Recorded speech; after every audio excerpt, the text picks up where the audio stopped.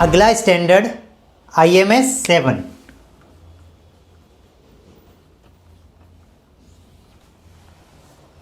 इस स्टैंडर्ड में बात हो रही है मेडिकल रिकॉर्ड के रिव्यू की। इट मीन्स जो हमारा मेडिकल रिकॉर्ड है उसको रिव्यू करना है। रिव्यू मीन्स ऑडिट करना है। तो मेनली मेडिकल रिकॉर्ड में क्या है आपका, एक्टिव फाइल्स और आपकी डिस्चार्ज्ड पेशेंट जो हैं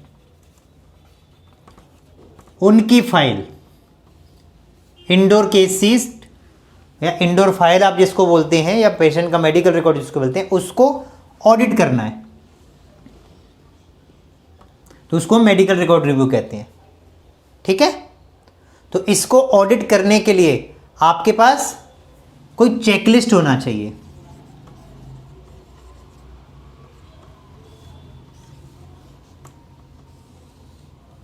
और इसकी आपकी फ्रीक्वेंसी होना चाहिए।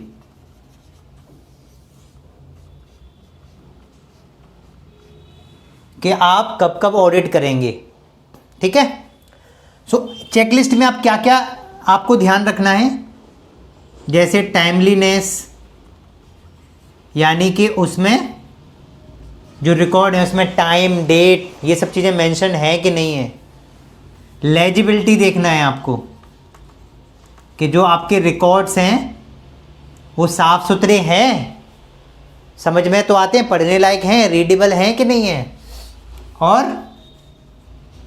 कंप्लीटनेस देखनी है आपको कि जो भी आपके रिकॉर्ड्स हैं, फॉर्मेट्स तो आपने बना दिए,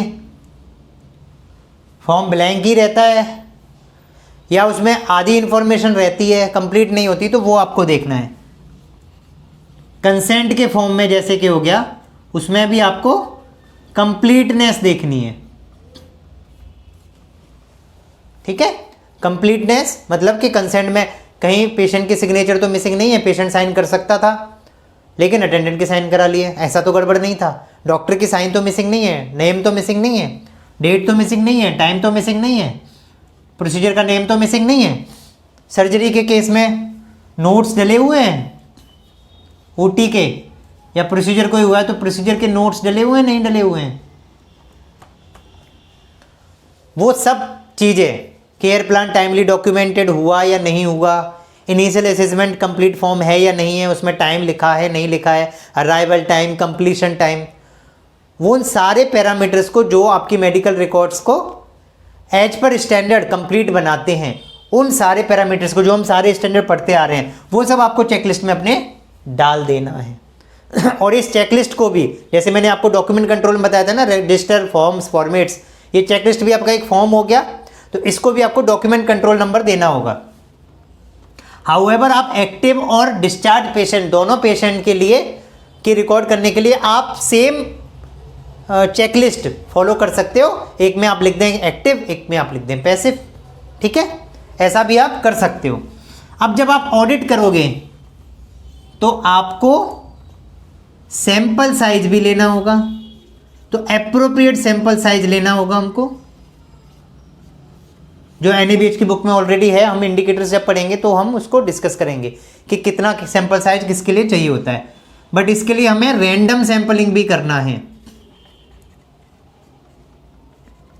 सैंपल साइज के लिए सैंपलिंग कैसे करना है, रैंडम करना है। अब रैंडम सैंपलिंग, एक तो सिंपल रैंडम सैंपलिंग होती है और दूसरी कौन सी होती है,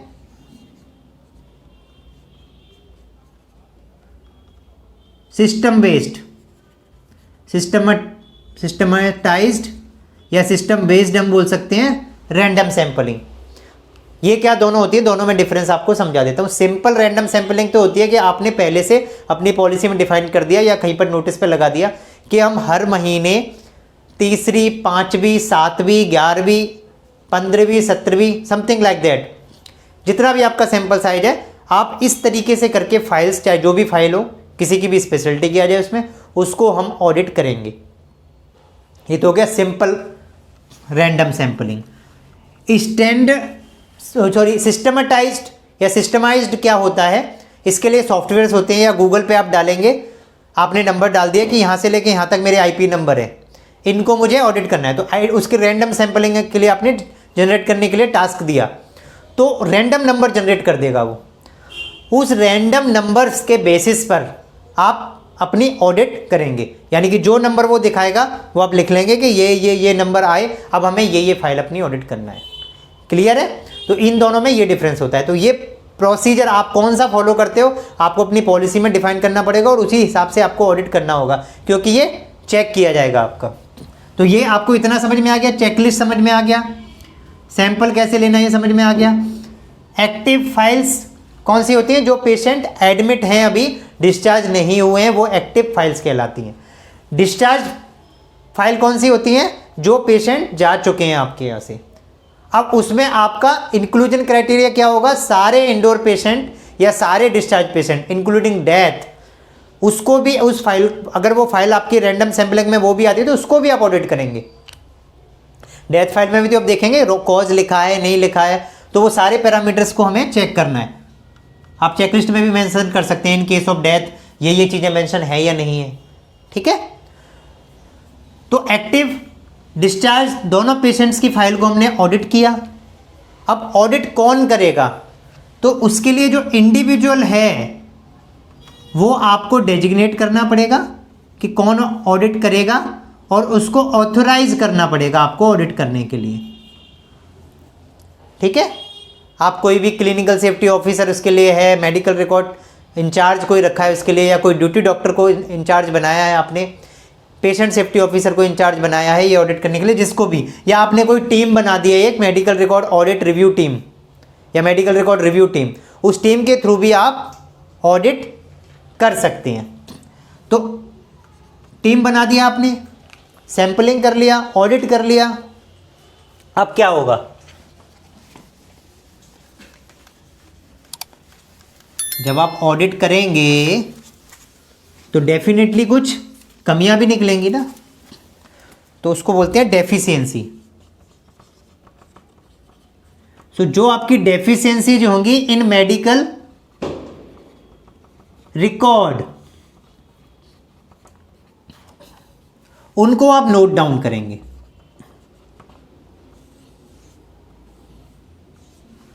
आपने नोट डाउन किया मतलब रिपोर्ट्स बनाएंगे कि क्या क्या डेफिशिएंसी है। डेफिशिएंसी का मैं एग्जांपल दे देता हूं, जैसे care plan not signed by clinical incharge या consultant within 24 hours, initial assessment, missing time of completion या टाइम ऑफ अराइवल, अगर मिसिंग है तो वो आपने लिख दिया। सो वॉट एवर जो भी डेफिशिएंसी है, ओटी नोट्स मिसिंग है,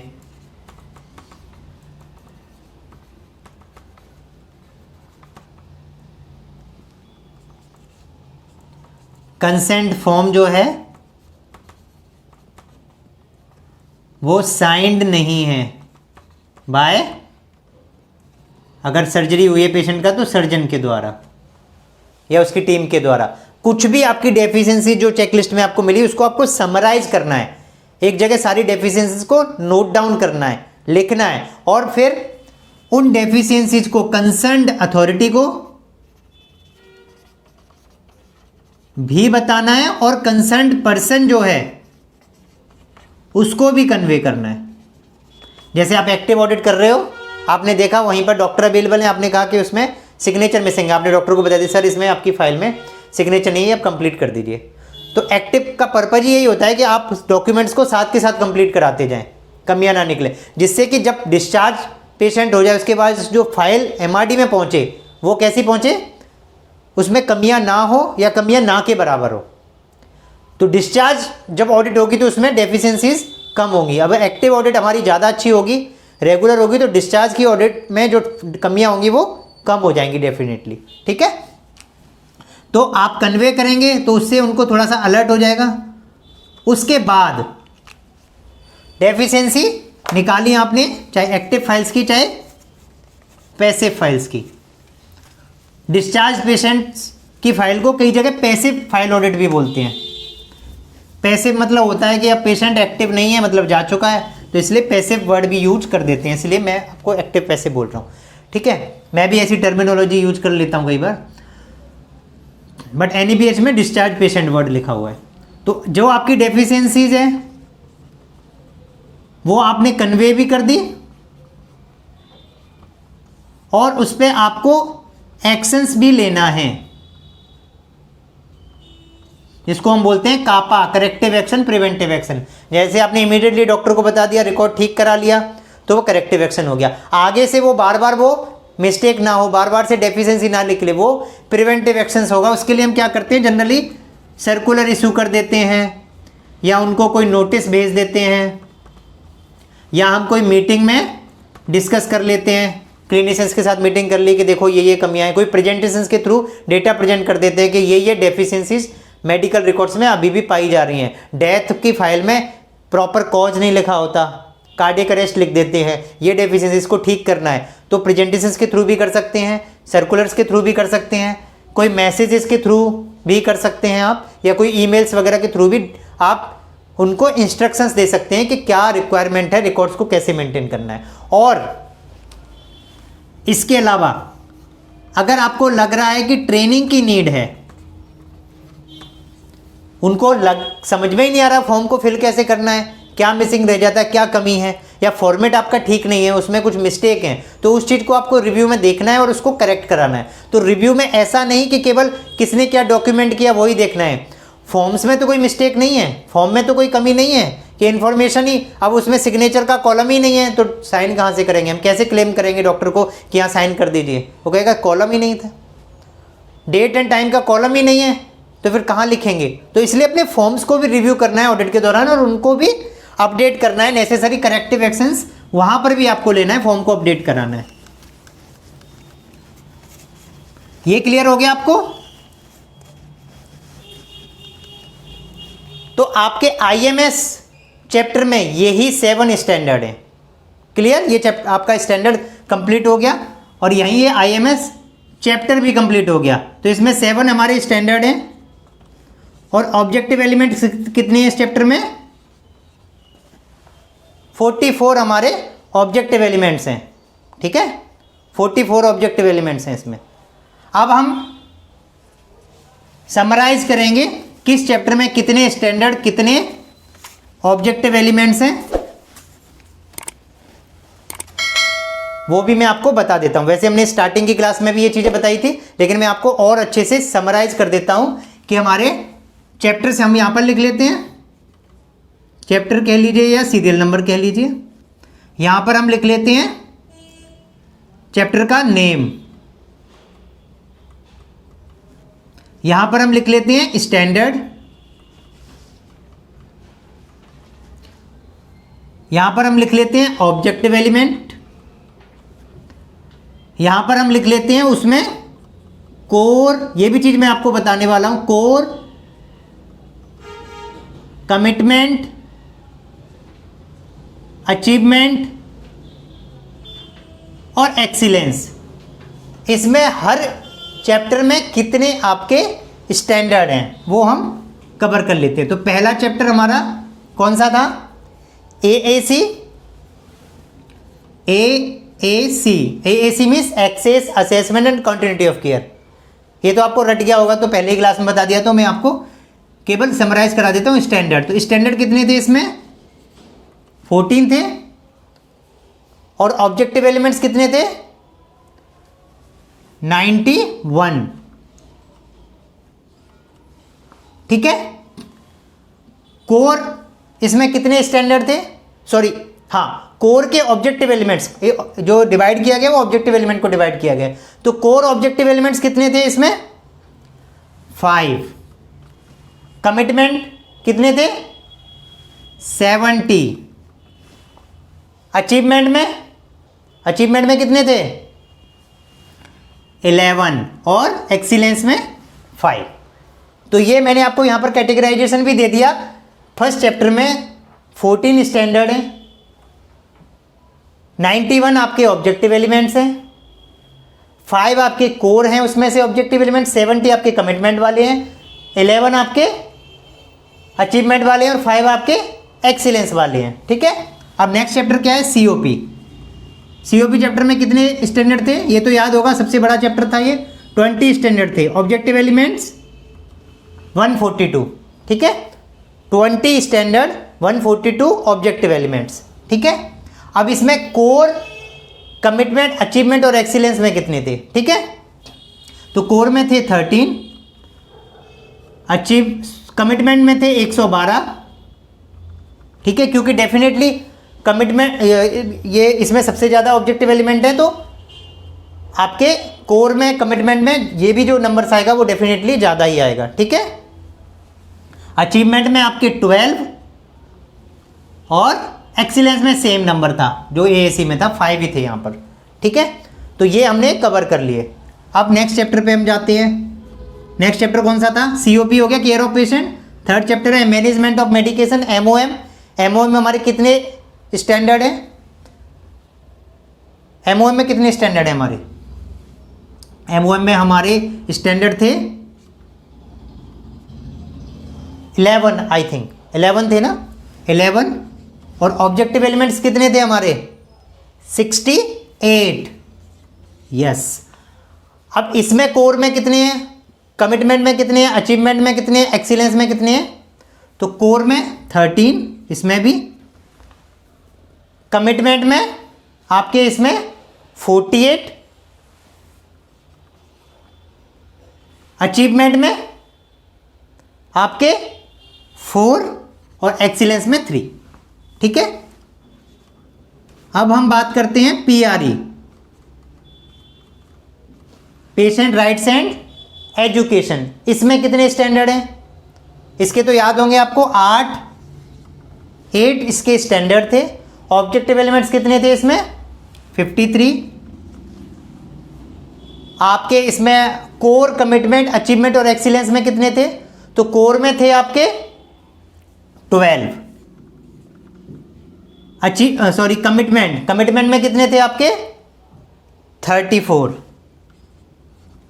अचीवमेंट में 7 और एक्सीलेंस में कोई ऑब्जेक्टिव एलिमेंट नहीं था। मतलब इसमें एक्सीलेंस में कोई ऑब्जेक्टिव एलिमेंट नहीं है इस वाले चैप्टर में। अगला चैप्टर है हमारा HIC, हॉस्पिटल इन्फेक्शन कंट्रोल। ये तो बहुत अच्छे से पढ़ा था हमने डिटेल में, तो आपको याद भी होगा इसमें कितने स्टैंडर्ड, कितने ऑब्जेक्टिव एलिमेंट हैं। सेम स्टैंडर्ड तो यही है, ऑब्जेक्टिव एलिमेंट है 51। तो 51 है आपके ऑब्जेक्टिव एलिमेंट इसमें। अब इसमें कोर में कितने हैं, कमिटमेंट में कितने हैं, अचीवमेंट में कितने, एक्सीलेंस में कितने हैं? तो कोर में है हमारे 13, अचीवमेंट में है 34, सॉरी कमिटमेंट में है 34, अचीवमेंट में है हमारे 3 और एक्सीलेंस में है हमारे 1। ये हो गया हमारा 5 पेशेंट सेंटर्ड स्टैंडर्ड। ठीक है, शुरू के 5 जो चैप्टर हैं वो हमारे हो गए कवर। अब आते हैं हम नेक्स्ट चैप्टर पे। उसका नाम भी चेंज हो गया है, बताया था मैंने आपको पहली क्लास में, PSQ, पहले CQI था, पेशेंट सेफ्टी एंड क्वालिटी, ये इसका नाम हो गया है। इसमें कितने स्टैंडर्ड पढ़े थे हमने? 7 और ऑब्जेक्टिव एलिमेंट 49। ठीक है, कोर में कितने थे? 8, कमिटमेंट में 30, अचीवमेंट में 5 और एक्सीलेंस में 6। अगला स्टैंडर्ड है हमारा ROM, रिस्पॉन्सिबिलिटी ऑफ मैनेजमेंट। ये थोड़ा छोटा था, इसमें हमारे कितने स्टैंडर्ड थे? 5 और ऑब्जेक्टिव एलिमेंट भी कम ही थे, 32। ठीक है, इसमें कितने थे? कोर में थे 4, कमिटमेंट में 17, अचीवमेंट में 7 और एक्सीलेंस में 4, सॉरी। नेक्स्ट चैप्टर है हमारा FMS, facility management and safety. इसमें कितने थे हमारे स्टैंडर्ड? 7, ऑब्जेक्टिव एलिमेंट कितने कवर किए थे हमने, बताइए? 45, बिल्कुल ठीक। अब इसमें कोर, कमिटमेंट, अचीवमेंट और एक्सीलेंस कितने हैं? तो कोर हैं 10, अचीवमेंट है 28, सॉरी कोर है 10, कमिटमेंट है 28, अचीवमेंट में कितने थे? 4 और एक्सीलेंस में 3। 9 चैप्टर पे आ गए हम। HRM, ह्यूमन रिसोर्स मैनेजमेंट, इसमें कितने थे? 13, यस। और ऑब्जेक्टिव एलिमेंट भी मैंने बताया था ना कि ऑर्गेनाइजेशन सेंटर्ड में सबसे बड़ा जो चैप्टर है वो ये है। पेशेंट सेंटर्ड में COP था, ऑर्गेनाइजेशन में सबसे बड़ा ये है। 13 और 76 आपके ऑब्जेक्टिव एलिमेंट हैं। तो इसमें आपके 13 स्टैंडर्ड, 76 ऑब्जेक्टिव एलिमेंट, कोर में है आपके यहाँ पर 16, कमिटमेंट में है आपके 53, अचीवमेंट में है आपके 5 और एक्सीलेंस में 2। ये आपके हो गए 9 चैप्टर के। अब last chapter IMS, information management system, जो हमने आज कवर किया। इस चैप्टर में कितने स्टैंडर्ड हैं? ताज़ा ताज़ा अभी बताए थे, याद होगा 7। इसमें कितने ऑब्जेक्टिव एलिमेंट कवर किए हमने? 44, ये भी याद है आपको, ठीक है। अब इसमें कोर में कितने थे? 8, कमिटमेंट में 33 और अचीवमेंट में 2 और एक्सीलेंस में 1, ठीक है। ये आपके टोटल जो है 10 चैप्टर्स हो गए आपके। टोटल स्टैंडर्ड कितने हैं? 100। ये आपके ऑब्जेक्टिव एलिमेंट टोटल हो गए 102। ये आपके कोर वाले ये कितने हैं? सॉरी, ऑब्जेक्टिव एलिमेंट यहां पर लिख रहे हैं, ऑब्जेक्टिव एलिमेंट है 651। ये कोर वाले हैं 102। आपके जो कमिटमेंट वाले हैं वो 459 हैं, ठीक है। और आपके जो अचीवमेंट वाले हैं वो 60 हैं और एक्सीलेंस वाले कितने हैं? 30।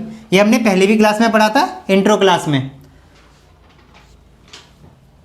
इसका फोटो लेना चाहें तो ले लो, ठीक है। बड़ी मेहनत से ये मैंने आपको रिवाइज करके बताए हैं। तो आपको अब यहाँ पर ये पूरा पता चल गया कि हमने पूरे 651 ऑब्जेक्टिव एलिमेंट्स कवर कर लिए हैं, 100 स्टैंडर्ड कवर कर लिए हैं। एक एक पॉइंट, एक एक चीज़ मैंने कवर कर दी, आपको सारी चीज़ें बताई हैं एक्सप्लेन करके, इवन ज़्यादा चीज़ें बताई हैं। फिर भी आपको कोई डाउट हो तो आप पूछ सकते हो मेरे से। अब आपकी नेक्स्ट क्लास में हम क्या करने जा रहे हैं, ये तो कवर हो गए ना, इसको कर दूं मैं वाइप आउट कर दूं। फोटो वोटो ले लिया आपने, चलिए।